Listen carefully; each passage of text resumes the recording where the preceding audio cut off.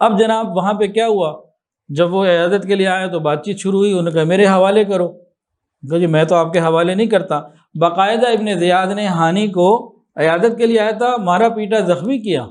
اب لوگوں کے اندر ایک فوری طور پر اطلاع پہنچ گئی کہ بھئی ہانی بن عروہ کو شہید کر دیا گیا۔ جذبات میں اس کے خاندان کے لوگ اور بہت سارے لوگ کھڑے ہو گئے، اور ادھر سے مسلم بن عقیل رضی اللہ عنہ باہر نکلے، ان کے ساتھ بھی کوئی 4000 بندہ کھڑا ہو گیا۔ اب ایک نئی کیفیت اگلے دن صبح قائم ہو گئی کہ مسلم بن عقیل رضی اللہ عنہ کے ساتھ 4000 بندہ شروع میں آیا اور بڑھتا چلا جا رہا ہے، اور بھی بہت سارے لوگ آ گئے۔ مسلم بن عقیل اور یہ سب حالات دیکھ کر ابن زیاد نے کیا کیا، ابن زیاد نے لوگوں کو ٹھنڈا کرنے کے لیے قاضی شریع کو بھیجا اور کہا کہ جا کے بتاؤ کہ ہانی بن عروہ ابھی حیات ہے، قتل نہیں ہوا، یہ خبر غلط ہے۔ لیکن بہرحال لوگ جوش اور جذبے میں تھے، غصے میں تھے۔ عصر کے وقت تک اسی طرح کی صورتحال رہی، تقریباً لوگ بڑھتے چلے گئے۔ عصر کے وقت اور اندر ابن زیاد کے پاس اس کے محل میں تقریباً 30-35 لوگ تھے، تھوڑے سے لوگ تھے، ادھر ہزاروں کا مجمع تھا۔ عصر کے وقت ابن زیاد نے چند بڑے لوگوں کو بھیجا جو اس کے پاس سے اندر، کبھی محل کے دروازے پہ، اوپر چھتوں پہ جا کے، مختلف جگہوں پہ جا کے اعلان کر دو اور ان سب کو ڈراؤ حکومت کے خوف سے، سزا سے، اور ان کو لالچ دو پیسوں کا اور عہدوں کا۔ انہوں نے آگے جب شور کیا، اس طرح کی باتیں کی، تو مسلم بن عقیل کے ساتھ جو ہزاروں کا مجمع تھا، کرتے کرتے سارا کھسک گیا، صرف 30 بندے رہ گئے۔ جب انہوں نے دیکھا کہ میرے طرف تو بندے اتنے تھے، اب تو صرف 30 ہیں، یہ واپس چل پڑے، اور جب واپس چل پڑے تو 30 بھی کھسک گئے، اب یہ اکیلے رہ گئے۔ اہل کوفہ نے غداری کی۔ اب یہ ایک جگہ پہ تھے، پیاسے بھی تھے، تو ایک دروازے پہ کھڑے ہوئے، اس کو جا کے نوک کیا تو اندر ایک عورت تھی، اس کا کہا مجھے پانی پلا، اس نے پانی پلا دیا۔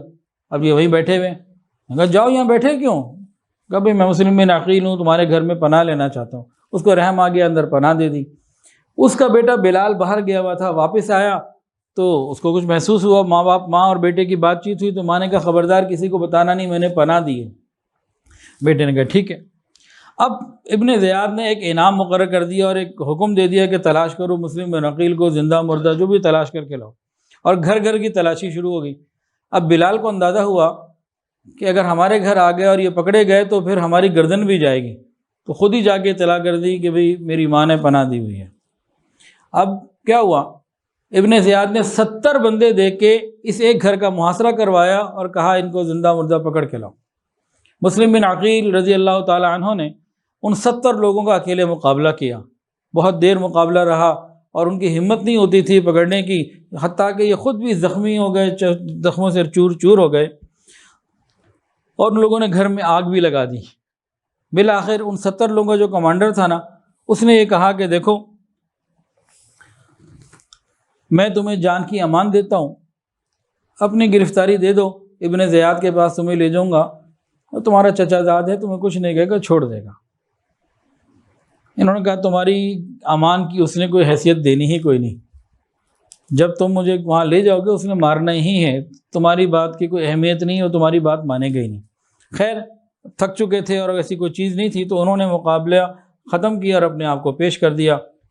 جیسے ہی محمد بن اشعث جو ان 70 لوگوں کا سردار تھا ان کو پکڑا تو ان کے ہتھیار لے لینے کا، دیکھو میں نے تمہیں نہیں کہا تھا، یہ پہلی غداری تو تم خود کر رہے ہو۔ خیر یہ پھر آگے گئے اور جا کے مسلم بن عقیل رضی اللہ تعالی عنہ کو ان کو جو آگے جا کے پیش کر دیا ابن زیاد کے آگے۔ ادھر یہ معاملات ہوئے، دوسری طرف مسلم بن عقیل جو تھے ان کو پیش کر دیا گیا، اور ابن زیاد نے ان کی شہادت کا فیصلہ کر لیا کہ ان کو ختم کر دیا جائے۔ جب مسلم بن عقیل کی بالکل آخری گھڑیاں زندگی کی تھیں تو بات سمجھیے، انہوں نے کیا کہا؟ انہوں نے کہا میں وصیت کی اجازت چاہتا ہوں، مجھے وصیت کرنے کی اجازت دی جائے۔ ابن زیاد نے کہا کر لو وصیت۔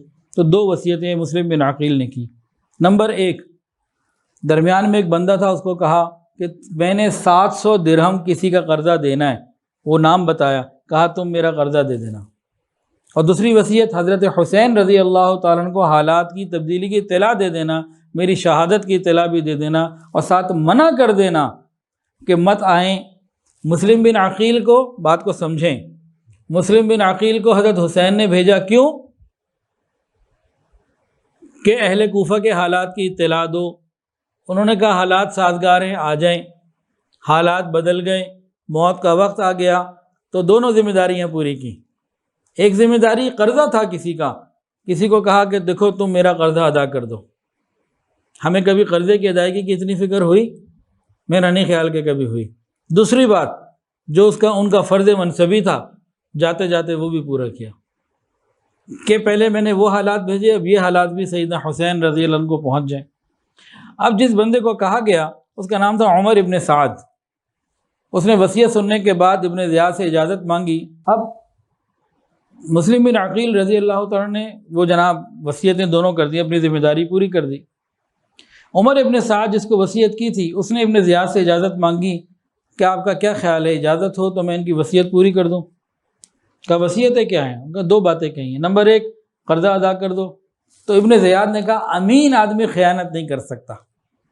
اور دوسری بات، ہاں ٹھیک ہے ان کو پیغام دو، اگر وہ لڑنے آئے ہیں تو لڑوں گا، اگر وہ خاموشی سے بیعت کر لیں تو مجھے تو کوئی لڑائی ان سے کرنی نہیں ہے۔